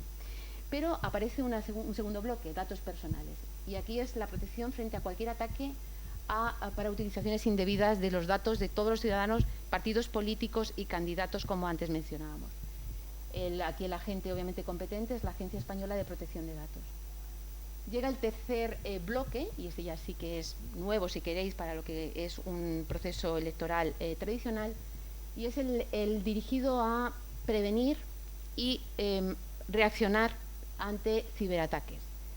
En este caso es una protección a, como decíamos, no solamente el día de las elecciones, que para nosotros es crucial, hablo de forma egoísta para la Dirección General de Política Interior, sino para, como decíamos, los ataques que pudiera haber a webs de partidos políticos, a candidatos o a las propias administraciones, y de hecho alguna de todos los que estábamos metidos aquí tuvo ataques directamente desde la web, y bueno, eso lo visteis en prensa, fue algo conocido. Y como digo, es tanto en la campaña como durante la celebración de las elecciones y los días después de las elecciones, que, como sabéis, la Junta Electoral es quien debe dar el marchamo de los datos definitivos de las elecciones. Aquí, liderado, como decíamos antes, por el CNPIC, por la Secretaría de Estado de Seguridad, y trabajando con todos los centros que antes hemos mencionado dirigidos a los temas de ciberseguridad, CNPIC, INCIBE y Defensa. El cuarto bloque es el dirigido a la desinformación, tanto online como dirigido a las noticias falsas. Y esa sí que queréis es la gran novedad que metemos tras, yo creo que todo lo que hemos sufrido, como nos decíamos, los países y, bueno, igualmente en nuestro país así ha ocurrido. Y aquí sí que quien lidera este bloque es Presidencia del Gobierno, bien la Secretaría de Estado de Comunicación de Presidencia o el Departamento, y el Departamento de Seguridad. Como veis, es un cúmulo de obligaciones, de exigencias, todas ellas, no podemos decir que una sea más importante que otra, la clave de aquí está en que estemos todos, como veis, trabajando juntos. Y he dejado para el último lugar, pero que luego es la autoridad y es realmente la pieza clave en las elecciones, que es la Junta Electoral Central. Conseguimos igualmente que la Junta Electoral Central trabajara con nosotros, evidentemente como una pieza fundamental y, como decimos, como la autoridad en todos los procesos selectivos. El objetivo de la red estaba claro: trabajar todos juntos, que hemos, después de esto, lo que sí hemos dejado muy claro es que esta red va a tener un carácter permanente, no va a terminar en el 2019 con las elecciones, sino que en ese sentido en el Ministerio de Interior le vamos a dar una permanencia y se tendrá que ir adaptando, como lógicamente a cualquier cambio que tengamos a partir de ahora. Y cierro. Gracias, Elena. Bueno, os he contado sé que he sido un poco pesada, lo siento, las tareas, pero bueno, es que me tocan dos subdirecciones que, como veis, no tienen mucho que ver unas con otras, pero las tareas de unas con otras, pero que son esenciales dentro, por supuesto, del Ministerio de Interior y en nuestras vidas, porque al final somos votantes y hay otras muchísimas personas que requieren protección internacional. Así que nada, lo dicho, muchas gracias y cierro.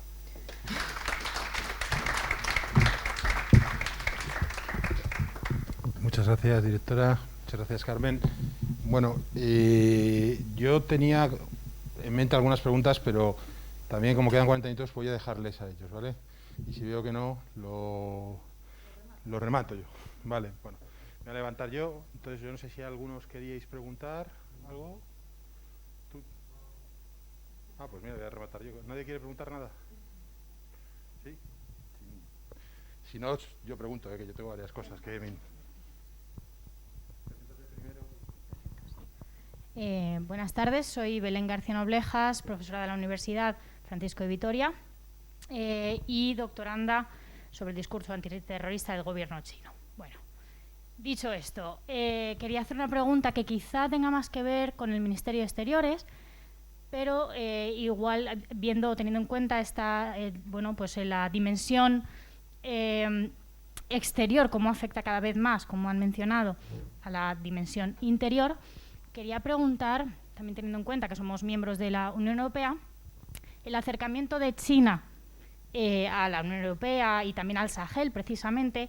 No sé si este asunto se está teniendo en cuenta dentro del Ministerio de Interiores, si el papel de China pues está teniendo de alguna manera algún impacto en pues, las consideraciones y estrategias a futuro. Muchas gracias.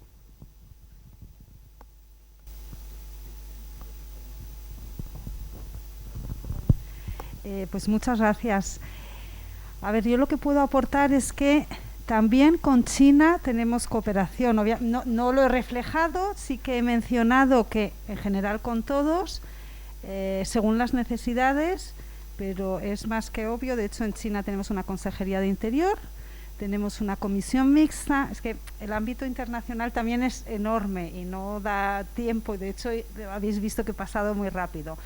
Pues con China tenemos una comisión mixta, nos reunimos periódicamente, unas veces allí, otras aquí. Cierto que en pandemia hemos puesto un paréntesis a muchas de estas reuniones porque, al menos en nuestro ámbito, sí tenemos claro que, estando basado en las relaciones, como he insistido, en la confianza mutua, en el respeto, se necesita esa relación personal, presencial. Por medio de pantalla hemos mantenido todos los contactos que han sido necesarios, pero no es estrictamente lo mismo. Entonces, lo que sí que puedo contestar es que tenemos cooperación en materia de seguridad bilateral con China y la tenemos también en materia bilateral, regional, Unión Europea, en África. Todo eso hace que somos conscientes, porque de hecho, el ministro, creo que es el ministro del Interior que más viajes ha hecho a África y hemos visto la evolución. No estrictamente relacionado con terrorismo, yo no lo conectaría con terrorismo, pero sí que hay una presencia de China en el continente africano. Eso es una realidad que la podemos ver, y siendo un ministerio que, al menos como he mencionado, desde el año 2006 hemos ido paulatinamente incrementando nuestra cooperación en África, somos testigos de ese avance. Pero de ahí a efectivamente, la respuesta a su pregunta tiene que venir de exteriores, sin lugar a dudas. Pero yo la complemento con, tenemos cooperación en materia de seguridad con China, como la tenemos con otros, pero China es uno de ellos. Y en África, con lo cual, bueno, a fuerza de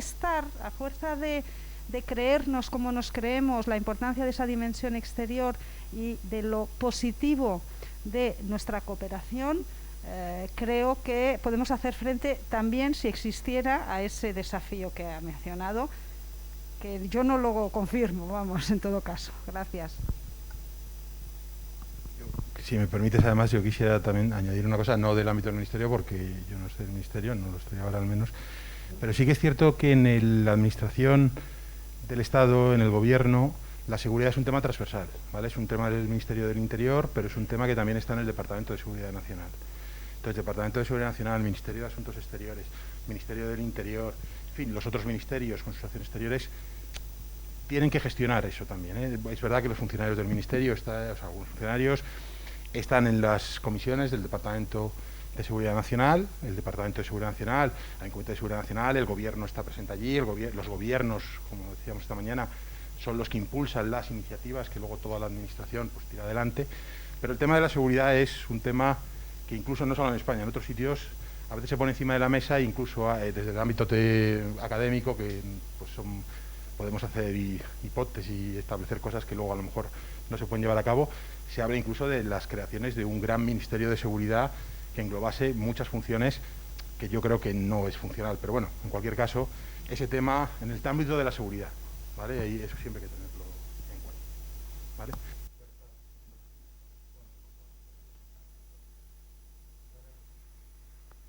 Sí, se escucha bien, ¿no? Bueno, muchísimas gracias a las dos, tanto por toda la información como datos, como también la perspectiva interna, valga la redundancia, del propio Ministerio del Interior, que muchas veces poco se conoce o se conoce de manera un poco distorsionada. Tenía dos cuestiones o dos preguntas. La primera, en relación a las solicitudes de protección. Bueno, sabemos un poco cuáles son las deficiencias del sistema de cuotas del sistema Dublín, ¿no? De segundos destinos una vez que llegan a la frontera de la Unión Europea o de más bien coeficientes de reparto o de segundos destinos. Pero mi pregunta iba más bien enfocada a cómo desde el Ministerio del Interior se hace el estudio de esas solicitudes. O sea, qué información se cuenta para valorar las solicitudes, si se trabaja perfil de cada solicitante o si ahí entra el tema de cooperación con otras policías o servicios de inteligencia de otros países, en caso de que sean zonas de conflicto, de posibles potenciales amenazas que puedan llegar a través de solicitudes de asilo. Y la segunda pregunta tenía que ver con los procesos electorales. Quizás no ha quedado tan claro qué potencial cooperación hay en ese ámbito, pero viendo, por ejemplo, este lunes en Perú, más de un mes después de que se celebrasen las elecciones, no había ganador o no se había proclamado el ganador de las elecciones. Entonces, saber qué papel tiene España en países donde las relaciones bilaterales son profundas y son importantes como Perú, o cualquier otro país que vaya a celebrar próximamente elecciones, si hay cooperación en materia de garantías procesales en unas elecciones. Muchas gracias. Yo creo que la primera la podéis contestar cualquiera de las dos, o las dos incluso. Bueno, y en cuanto a la...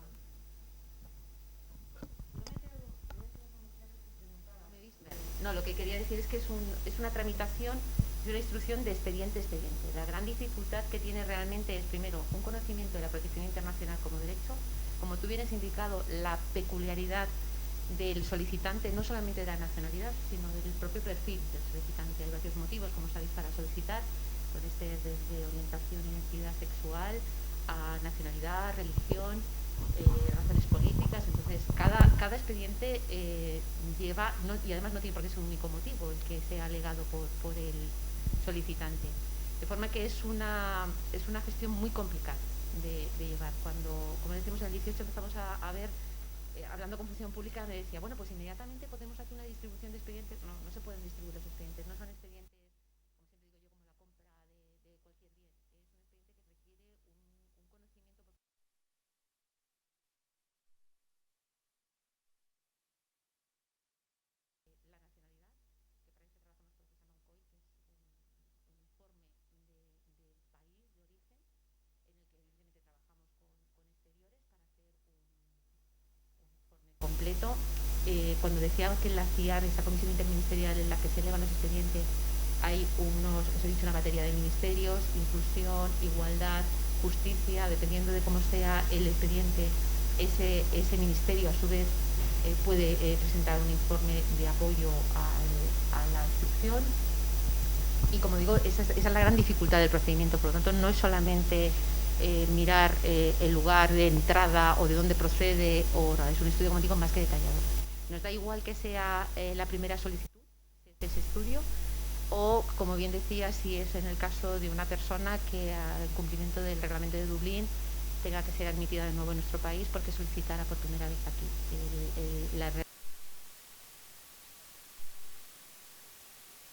Tienes la entrevista, el relato del solicitante.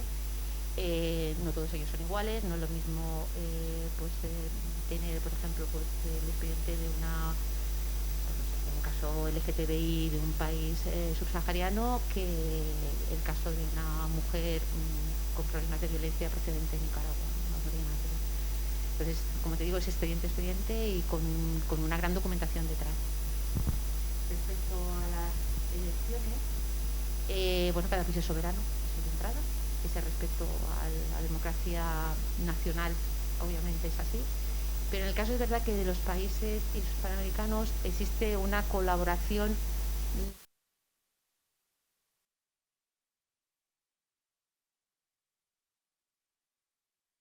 seguridad a nuestros procesos.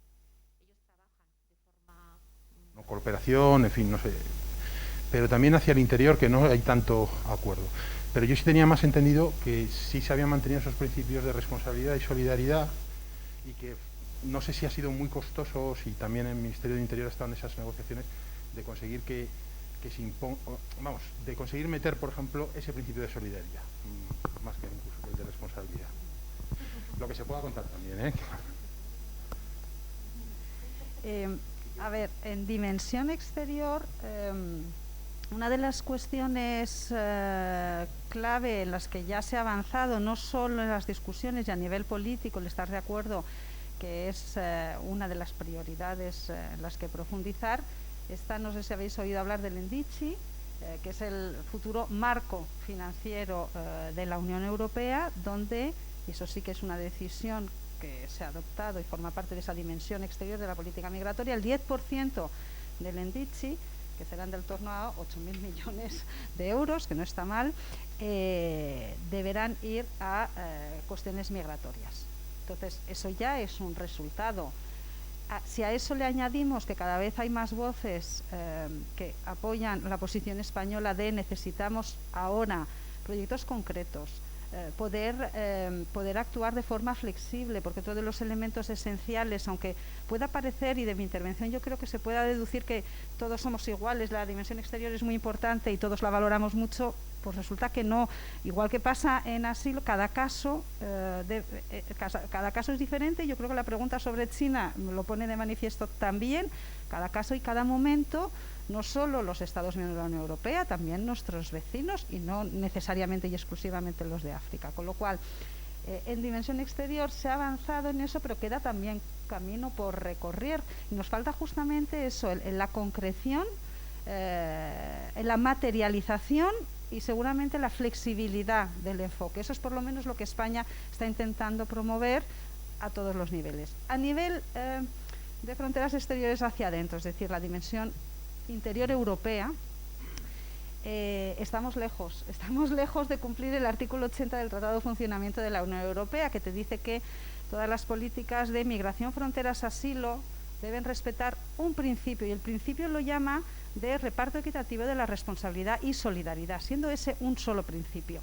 Que algunos Estados miembros, y lo habréis oído seguramente, como Italia o Grecia, enfatizan en la parte que llaman solidaridad, porque están fundamentalmente pensando en procesos de reubicación, es decir, de reparto de la carga una vez que llega a suelo europeo. Pero es lo mismo que España viene defendiendo. Lo que pasa es que España se atiene fundamentalmente a la parte que llama reparto equitativo de la responsabilidad, porque vamos un poco más allá. Pretendemos, como habéis visto, nuestra prioridad estando en la prevención en origen.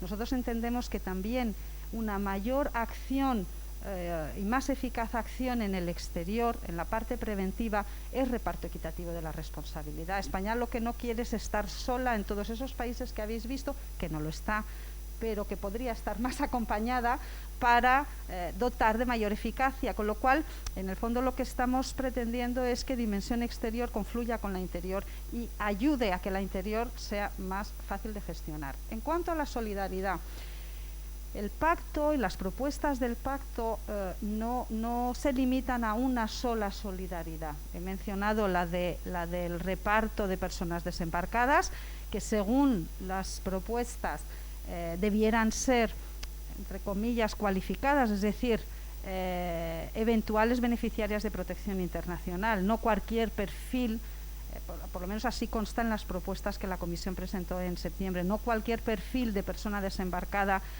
sería eventual sujeto a reubicar. Ya conocéis que a raíz de la crisis de 2015 en la Unión Europea, con más de 1.822.000 entradas irregulares registradas, donde ahí sí el perfil era mayoritariamente, sobre todo en un principio, de protección internacional, porque eran flujos procedentes del conflicto sirio y de zonas colindantes. Es verdad que los mecanismos que ahí se arbitraron por primera vez fueron novedosos, y yo creo que de todo hay que aprender, y aquello que se llamó reubicación y que funcionó con sus problemas y muchas dificultades para Grecia e Italia, pues estaba pensado para un perfil concreto. Solo entonces se decidió, en esos procesos de reubicación, la persona tenía que ser de una nacionalidad donde la media europea de reconocimiento de la protección internacional fuera de al menos un 75%, es decir, protección internacional fundamentalmente. Pues ahora la Comisión no ha querido ser tan restrictiva en la propuesta, pero bueno, por ahí pueden ir la tendencia. Dicho sea esto, hay cada vez más, desgraciadamente, Estados miembros que se unen a los 4 de Visegrado, es decir, a Hungría, Polonia, República Checa y Eslovaquia, que son abierta y decididamente, públicamente y ferozmente contrarios a esa reubicación como medida de solidaridad. Hay otras. Se nos ha presentado, lo que pasa es que no convencen tampoco, se nos ha presentado a los países que mayor presión recibimos, por ejemplo, el mecanismo que llaman del return sponsorship, es decir, de un poco patrocinio del retorno, también como medida eventual de solidaridad, que está pensado para aquellos supuestos en los que la persona no fuera beneficiada de protección internacional, habiendo llegado a alguna de las costas de uno de los 5 países que recibimos esa presión, y transcurrido un tiempo, por ejemplo, otro Estado miembro que no tenga esa presión migratoria pudiera ofrecer ocuparse del retorno de aquellas personas que no tuvieran derecho a quedarse en territorio UE acorde con el acervo UE. No gusta ni a los que eventualmente, para aquellos para los que eventualmente esto está pensado como para ofrecer, que no se manifiestan muy abiertamente a favor. Los que seríamos beneficiarios de esa medida, pues si funciona, pues tampoco nos vamos a oponer de antemano, pero desgraciadamente luego, profundizando en los textos, que otra cosa no, pero son muy complejos, profundizando vemos que tampoco eso supone el reparto de la responsabilidad, es decir, ni tan siquiera en la base, que no sé si os sonará, de Eurodac, donde se registran estas entradas, ni tan siquiera decae la responsabilidad del país de primera entrada a resultas de la ejecución de ese patrocinio de retorno. Otras formas de responsabilidad, de solidaridad, pues el apoyo que puedan prestar las agencias. Por descontado también la financiación, o sea, el mecanismo de la financiación también está ahí. Hay unos fondos, fondo FAM, bueno, los anteriores FAMI, de seguridad, el de retorno, etcétera, que están pensados obviamente para apoyar a aquel que tiene que poner en marcha esas líneas de actuación. Pero bueno, la mayor dificultad desde nuestro punto de vista no está tanto en la solidaridad, porque la Unión Europea tiene mecanismos para apoyar al Estado miembro que sufre. Si entendemos crisis, además, como realmente una cuestión de cantidad de más llegadas que las que el sistema está preparado para acoger, para tratar y gestionar. No es tanto eso, la mayor dificultad, sinceramente a nuestro juicio, está en que las propuestas están basadas en que son los estados de primera entrada, que en este caso, lo habéis visto en las estadísticas, es sobre todo la presión marítima la que tiene los picos, con lo cual al final somos los que estamos, los mediterráneos, y no todos los mediterráneos, solo los que realmente somos puertos de desembarco de personas rescatadas en el mar. Y ahí, en el tema responsabilidad, es donde están muy claramente definidas las cuestiones, no nos dejan prácticamente, ninguna vía de escape, cuando el propio sistema actual sí que lo tiene, aunque solo sea de tiempo. Actualmente el propio reglamento de Eurodac tiene unos límites temporales, pues pretenden ir a de por vida. Pues ahí están un poco, y razón.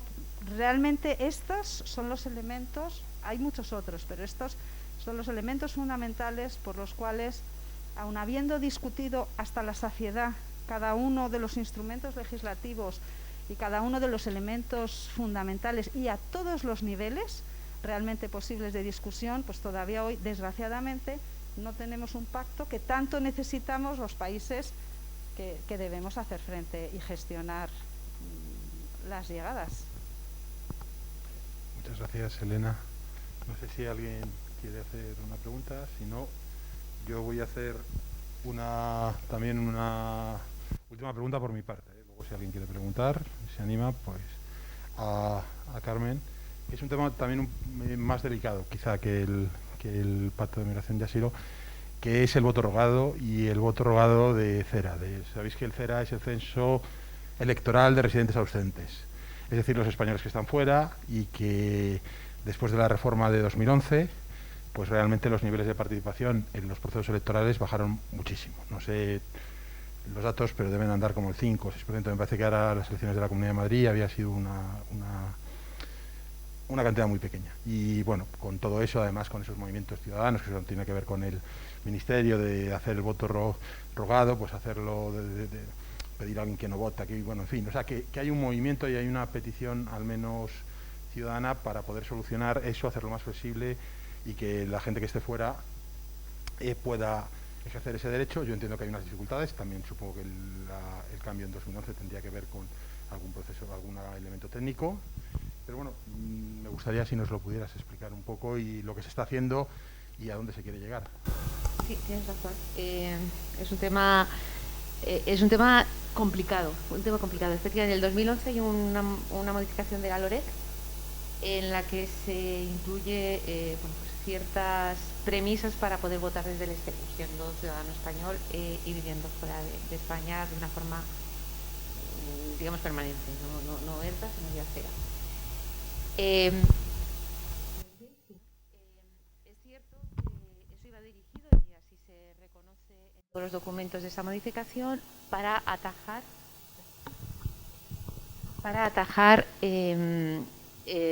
posibles fraudes, ¿no? en la recepción de estos votos. He mencionado antes el tiempo de los 54 días, que a veces se hace incluso más corto cuando es una repetición de elecciones, para hacer todo lo que tenemos que hacer para unas elecciones. Y tú has dicho, bueno, has hecho así un resumen de mi carrera administrativa, y os puedo asegurar que he estado con tareas muy importantes. Yo, para mí, la sanidad, la salud son las bases de un país junto a la seguridad. Pero os puedo decir que la tensión que tienes el día de las elecciones no es comparable con nada. Ya os lo digo. O sea, aparte de ser un subidón cuando sale bien, es una tensión porque no hay posibilidad de error. Que decirte, mirad que, y yo creo que notáis que en el tema de protección internacional lo estamos dando todo, vamos a por ello, pero es cierto que, vale, estamos hablando de reducción de stock, pero si la reducción hoy es un 25 y mañana es un 26, es muy importante, porque estamos hablando, y nunca nos debemos olvidar, que detrás de ese expediente hay una persona y con unas necesidades. Eso es fundamental. Pero no es esa tensión, y hablo como funcionaria pública, de decir, es que tiene que salir el ministro y la ministra portavoz o ministro portavoz en ese momento y dar los resultados ahora. Y lo que digo es que los españoles estamos acostumbrados a eso, no lo entenderíamos. Entonces, esa tensión, esa sensación de por Dios que salga, es fundamental. Entonces, ante eso que os decía de esos 54 días que lo tienes que hacer todo para que todo salga, tienes que, además, el solicitante en el exterior tiene que decir que quiere votar al INE. Por supuesto, primero estar en el censo y haber comprobado que está. El INE registrar que efectivamente quiere solicitarlo. Para mandar la documentación hay que esperar a que las candidaturas sean las definitivas, que no sea la primera, sino que luego lleva un tiempo determinado. No me lo sé de memoria, tenemos un calendario maravilloso en la Dirección General con todos estos tiempos, porque está todo, esos 54 días está lleno de hitos diarios, incluso en los días se repiten varios, es complicadísimo. Entonces, todo eso, incluso, bueno, yo voy a poner el ejemplo de mi hija. Mi hija estaba en Edimburgo y no pudo votar en las primeras generales, y todo era porque se quedó toda su documentación en Londres. Estamos hablando de Londres, imaginaros China, o imaginaros, pues eso, vivir en el sur de Argentina o en Cuba. Las dificultades son tremendas. Primero, de acceder tú al consulado o la embajada para hacerlo presencialmente. Segundo, que te llegue la documentación, porque no depende ya de nuestros correos, que correos, lo que es la remisión por parte del INE, efectivamente se hace de una forma rápida y demás, está dentro de los plazos establecidos, pero luego tu voto tiene que estar dependiente de la posibilidad que tenga correos de ese país en el que tú estás. Con lo cual, os podéis imaginar, pues he puesto el ejemplo de China por las distancias, o cualquier país en África por las dificultades que haya de operativa. Bueno, va sumando y efectivamente pues no cumple. La gente es una desgana, la mayoría de la gente pues o le cuesta pedir porque bueno, tienes que desplazarte, tienes que hacerlo.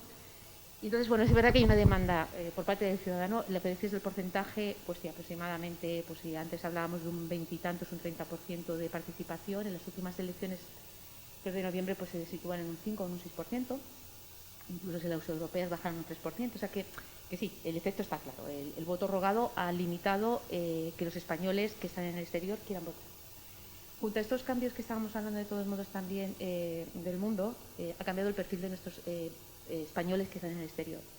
Es verdad que hace unos años pues eran personas mayores, personas que estaban allí, hijos de emigrantes y tal, y ahora tenemos también mucha gente joven que está interesada por lo que pasa en su país, porque de todos modos, bueno, los compañeros de la subdirección que llevan tiempo en la subdirección siempre dicen que, de todos modos, el voto del CERA nunca ha sido el 100%. O sea, muchos de los ciudadanos que están fuera de España no están interesados porque viven en Argentina o a lo mejor no han pisado ni siquiera nuestro país, y eso es así. Pero como voy a repetir, el perfil ahora del votante, del español que se ha ido al exterior, pues es gente joven muy interesada en su país y quiere votar. Y efectivamente hay propuestas dentro ya del propio Congreso. Ya en el 2019 estuvimos trabajando en ello, pero es cierto que las elecciones aceleradas de abril se nos anticiparon, hicimos una propuesta por parte del Interior, al final no fue admitida, continuó el sistema igual, pero exige una modificación de la LOREC y estamos en ese sentido, como digo, dentro de la comisión trabajando en ello. Las dificultades y lo que sí que estamos ahora mismo trabajando con independencia del voto electrónico, que técnicamente es muy fácil, pero democráticamente es muy complicado. En el caso del voto rogado sí que estamos trabajando con la SGAT. La SGAT es la Secretaría General de Administración Digital dentro de la Administración de la AGE, que es la que nos aporta las herramientas dentro del ámbito de la Administración electrónica. Estamos trabajando con el Ministerio de Exteriores, estamos trabajando también con Policía en busca de lo que llamamos identidad digital. Porque, curiosamente, de esos 2 millones de personas españoles que están fuera, hay un porcentaje elevadísimo que no tiene ni siquiera un documento. No ya te digo identidad, ni siquiera un pasaporte, con lo cual la dificultad a la hora de identificación es mayor. Y si algo tenemos que asegurar es la garantía, la trazabilidad de que quien vota eres tú. Y esas exigencias, como digo, estamos trabajando en la identidad digital, estamos viendo cómo lo trabajamos, cómo podemos utilizar, por ejemplo, carpeta ciudadana, para que efectivamente la documentación, acortar en esos 54 días que os decía que son de locura, pues acortar el máximo número de días, pero al final el voto va a tener que llegar por correo de otro país que no siempre nos garantiza que llegue a tiempo.